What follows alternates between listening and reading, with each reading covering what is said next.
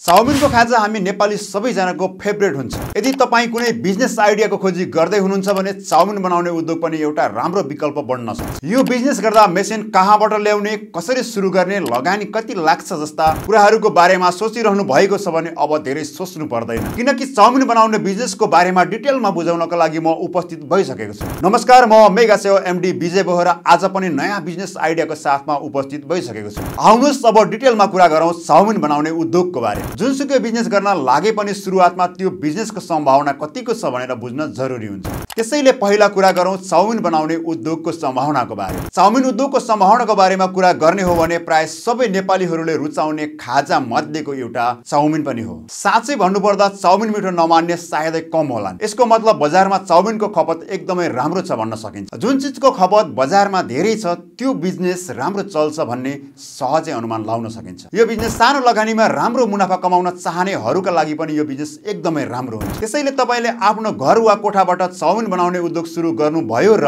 राम्रोसँग मार्केटिङ गर्नुभयो भने यो बिजनेसले तपाईलाई मालामाल बनाउँछ। अझै गजबको कुरा त यो बिजनेस जुनसुकै ठाउँमा पनि जहिले पनि चलिरहन्छ। यदि तपाईँ सहर बजारतिर बसोबास गर्नुहुन्छ भने त झन् तपाईको लागि अझै नाफामूलक बन्न सक्छ, किनकि तपाईको लागि त्यहाँ अत्याधिक ग्राहक हुने सम्भावना रहन्छ। अब कुरा गरौँ चाउमिन बनाउनका लागि कुन कुन मेसिन चाहिन्छ। चाउमिन बनाउनका लागि बजारमा विभिन्न प्रकारका र विभिन्न मूल्यका मेसिनहरू पाउन सकिन्छ। यस्ता चाउमिन बनाउने मेसिनहरू खास गरी म्यानुअल, सेमी अटोमेटिक र अटोमेटिक गरी 3 प्रकारका हुन्छन्। व्यावसायिक रूपमै चाउमिन बनाउनको लागि म्यानुअल मेसिन खासै उपयुक्त हुँदैन। त्यसैले तपाईको लागि अरु 2 प्रकारका मेसिनहरू सही हुन सक्छ। सेमी अटोमेटिक मेसिनहरू नेपाली बजारमा 1,40,000 देखि 2,50,000 सम्म र अटोमेटिक मेसिनहरू अलिक महँगो पर्न जान्छ। यसको साथमा अब पिठो र पानी मिलाउने मिक्सर मेसिन पनि चाहिन्छ, जसले चाउमिनको लागि मैदा तयार गर्ने गर्छ। उक्त मेसिनमा पिठो तयार भइसकेपछि चाउमिन बनाउने मेसिनमा हालेर चाउमिनको आकार बनाइन्छ।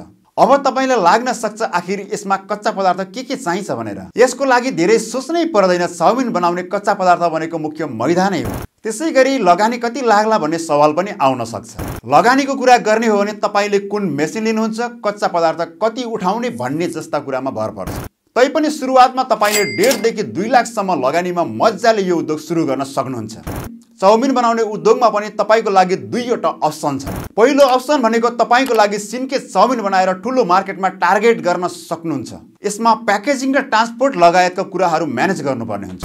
त्यसै गरी तपाईको लागि दोस्रो अप्सनमा स्टिम गरेको चाउमिन पनि बन्न सक्छ। यदि तपाईले स्टिम गरेको चाउमिन मात्रै बेच्नुहुन्छ भने तपाईको लागि स्थानीय बजार मात्रै उपयुक्त हुन्छ। तपाईलाई यो चाउमिन बनाउने उद्योग सम्बन्धीको बिजनेस आइडिया कस्तो लाग्यो? यस्तै बिजनेस सम्बन्धी आइडियाहरू लिनको लागि हाम्रो युट्युब च्यानललाई सब्स्क्राइब पनि गर्नुहोस्।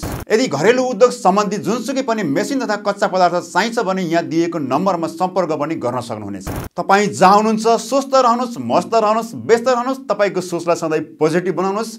अर्को भिडियोमा हाम्रो भेट हुने नै छ। तबसम्मको लागि बिदा लिने अनुमति चाहन्छु। हवस् त, धन्यवाद।